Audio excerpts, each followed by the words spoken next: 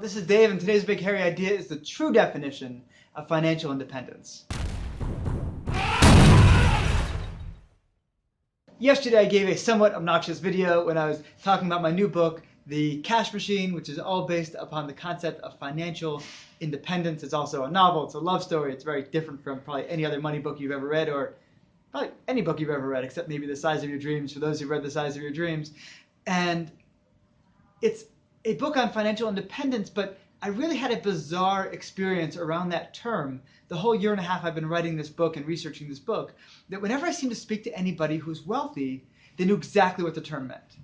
And whenever I spoke to somebody who was struggling, who had some financial worries over them, they were still stressed about money, I'd say about 75% of the time, they didn't know what the term meant. Or oftentimes they thought they knew what it meant, and then I asked them clarifying questions, and it turned out no, they thought it was something else. So what did they think it was? They thought financial independence was the ability to afford whatever you want.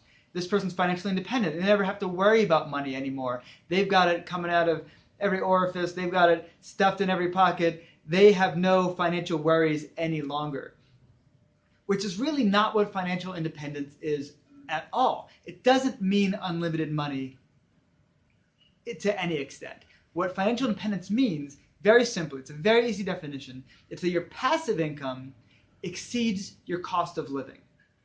So what do I mean by passive income? So there are different types of income. There's active income. Active income is really your salary. That's your job. That is the money you go out and earn. Passive income is money you don't go out and earn and that comes in anyway.